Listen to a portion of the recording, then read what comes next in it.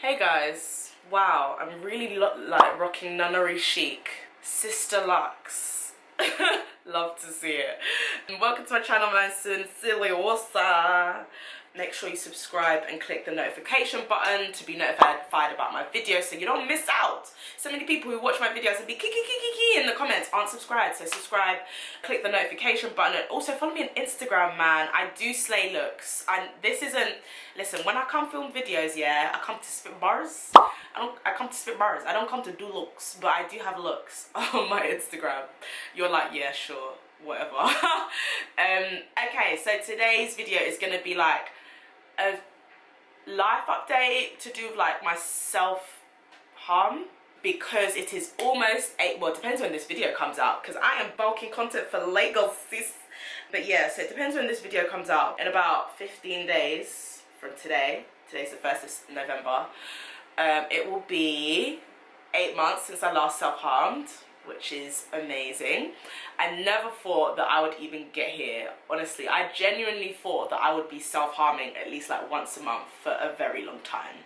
And I think the reason I thought that was because of my mindset and the way I saw circumstances around me.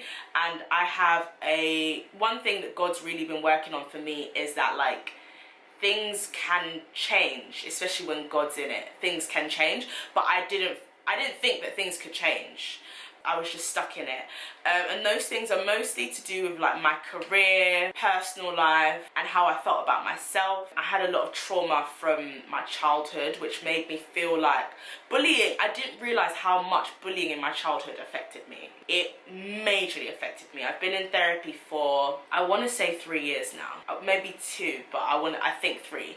I've been in therapy for a few years. It's still something I'm working on. Like, that's how detrimental bullying can be to a person's, it's just your formative years are so important, and the way you feel about yourself in your childhood is so important. And so those first like 15 years, I think, are so precious and so important to how you view yourself as a human being.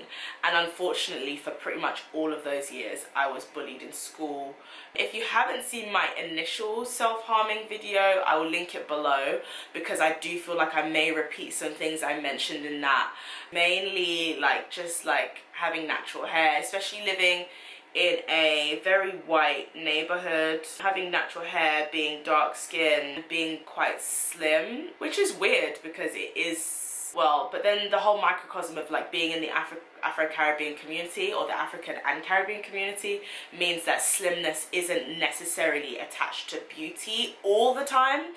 Overall, especially in European standards, it is, but when you come to, you know, hip-hop videos and grime videos, if you just look at the female rappers that we have today who are really successful, a lot of them are very, very curvy. And even then, in the early 2000s, it was definitely not seen as the ideal standard of beauty. I think it wouldn't have been as bad if I was light-skinned, because I noticed that my light-skinned counterparts in school who were just the same size as me got no bullying, especially because they had like slightly Eurocentric features.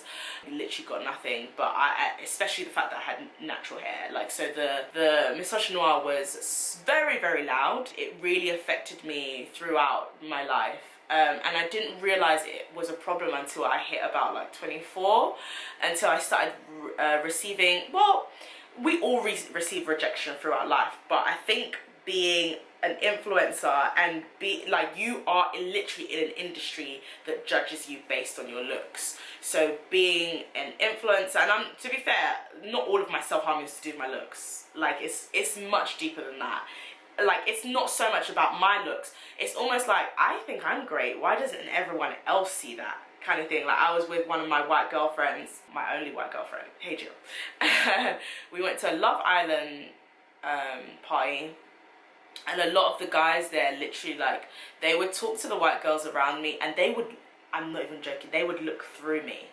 I didn't even think that was possible. I've had it slyly, but not that powerful. Like, they would look through me. Like, I would maybe laugh at something they've said or say something in a conversation, and they'd literally just be like, my friend Jill was just like, I don't get it, I don't get it. I was just like, yeah, because they're white and they're just used to holding up white beauty as the standard. And she was like, yeah, but you're beautiful. And I was like, yeah, well, I know that. I know that. And that's the problem I came to in my 20s is that I became a lot more confident in my beauty, and not just like makeup and beat, but like how I feel about myself. I was more confident, but I wasn't all the way there. And so when I would be denied jobs based on my looks, or based on my looks plus having maybe a smaller following, so I would see a brand be like, oh no, we don't have the budget for you, but then I would see them work with a light-skinned girl who has like half the engagement I have, if not even that. And it's almost like when you're a black influencer, you have to be perfect. Even if you're dark skinned, like you can still do well, but everything else has to be on point. It's like that thing of like being twice as good. And it was really hard to meet up to that standard, as well as like with dating and everything else was very difficult for me to deal with. And so even though I was more confident than I was in my teens, and being saved really did help that, there was still a lot more deeper, painful work to be done that ironically self-harming kind of got me to that point of healing. But it was a situation where I just felt a lot of self-loathing, because I felt like the world wasn't accepting me and I was trying my best, and I found it very difficult to be trying so hard. I'm not even kidding. Like, I know this is a controversial statement to make, but sometimes I do feel like entrepreneurs, like, we work so much harder than people in 9-to-5s. Like, I know that some of y'all take work home, you get to work early, you stay at work late, but for us, you can't switch off. I had a dream once about Instagram analytics. A dream. Like a whole ass dream when I'm sleeping. And that's the thing about like being an entrepreneur, like you never switch off. And being a black woman entrepreneur who's dark skinned, who talks about race and sexism at the same time, when brands say, like, brands make it seem like they want to be woke. They don't want to be woke. They want to do the little things here, like, oh, environment, but when it actually comes to black women and talking about misogyny and talking about the things that affect the black community, they ain't trying to hear it. Like, they're not trying to hear it. Like, I've seen people work with girls who advocate for plastic surgery more than they work with girls who advocate for like treating black women with respect. I'm not saying that you can't do both, but I'm just saying that why can't they do both? Why can't they work with both girls? As you know, I don't really mess with that plastic surgery stuff, but there was once a time I had a meeting with someone and they were like, oh yeah, like boob job videos are fine, but you shouldn't really be talking about porn addiction. And that's what I'm talking about. Like, why is it okay to talk about surgical procedures that help your aesthetics, but it's not okay to talk about pornography addiction, sex abuse, and all of the things that I talk about?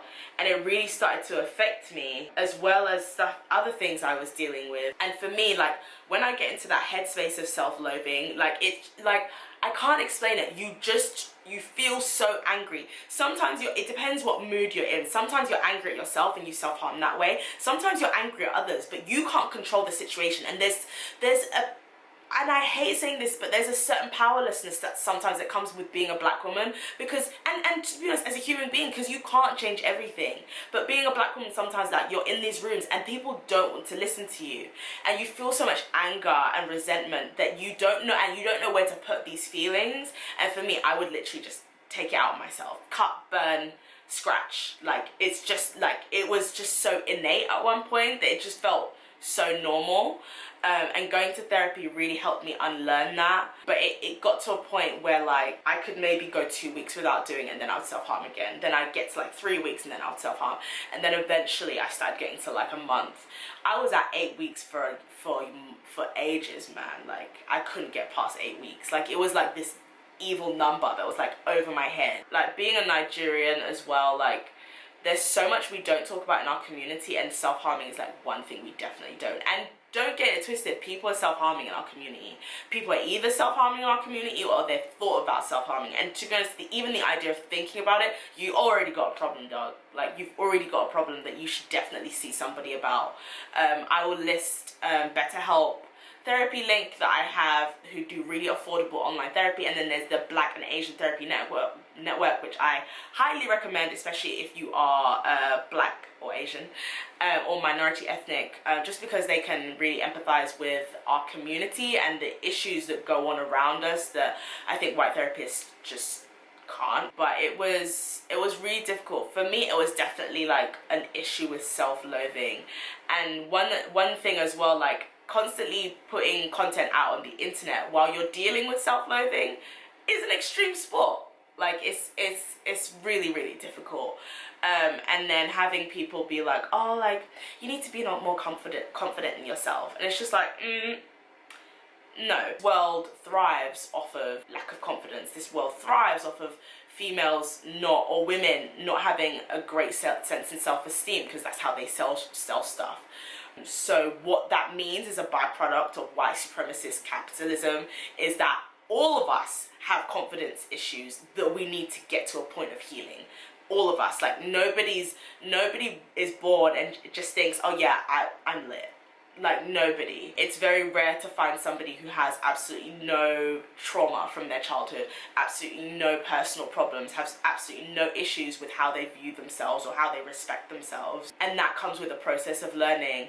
But unfortunately, I think people like to put themselves on a pedestal. I really want to be very sincere with how I've gotten through it, because I got so many responses when I did my tweet a couple of months ago, how I got to 6 months, and like, people were just like, oh my gosh, like, how did you do it? And like, honestly, I hate that like thing of how did you do it, because it makes me seem like I'm such a champion, like, oh yeah, I did this. And it's not like that, and it wasn't glamorous, and it wasn't fun, and it was awful trying to get through it. For me, God was literally the powering force. God really helped me see myself from his eyes. I'm not fully there yet, but I'm getting there in terms of not seeing myself from the trauma. Because like, when you try and see yourself from your eyes and your viewpoint, all of your trauma and all of that is there, and how other people see you, that you know is there. But once you take yourself to a higher plane, that really helps. Like, I started spending a lot more time in the Word, and it didn't happen overnight. It was a very gradual process. I read this great book called In the Eyes of Your Creator, which I will try to link below. I read it on Kindle. I think Americans can probably get the hardback copy. Obviously, I was going to therapy. I was journaling. Journaling really helped me get out my feelings, and I still do it now, even though like I don't self-harm anymore. Like, it's so weird to like not be in that headspace anymore. I also had a few toxic people in my life who like to be fair, I think they were meant to be there. I think everyone has a season, but like, we out of that season, bro. It's over.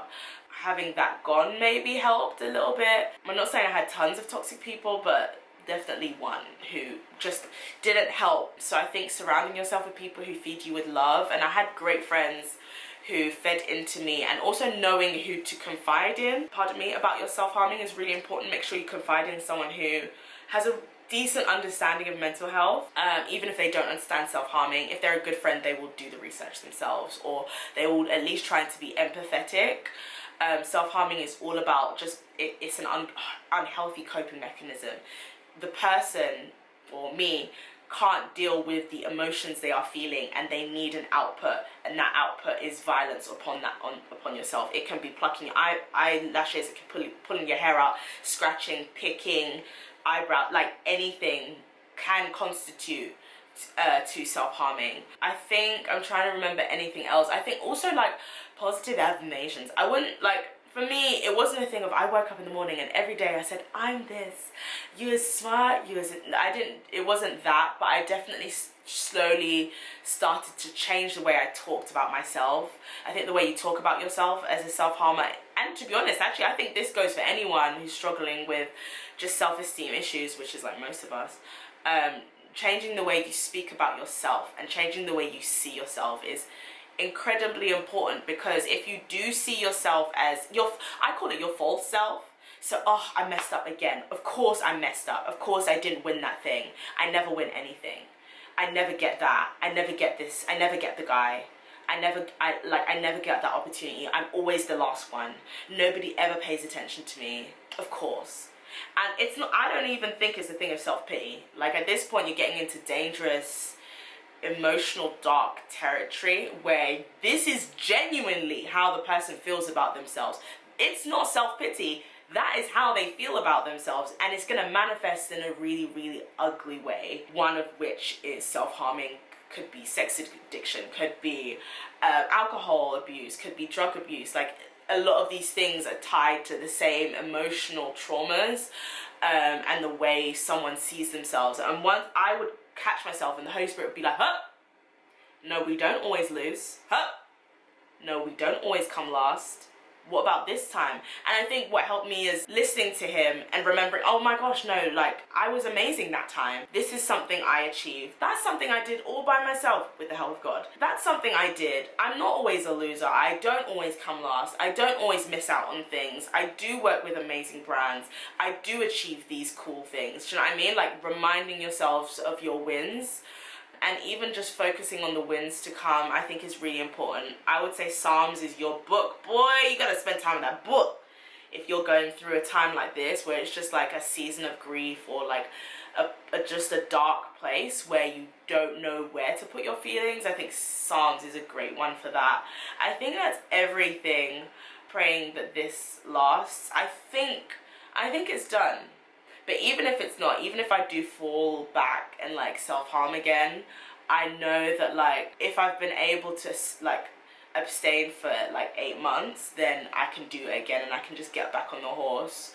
And if anything, it makes it easier knowing that I went such a long time without doing it. But yeah, I hope that you enjoyed the video. Let me know your thoughts on this whole topic and any tips as well that you have.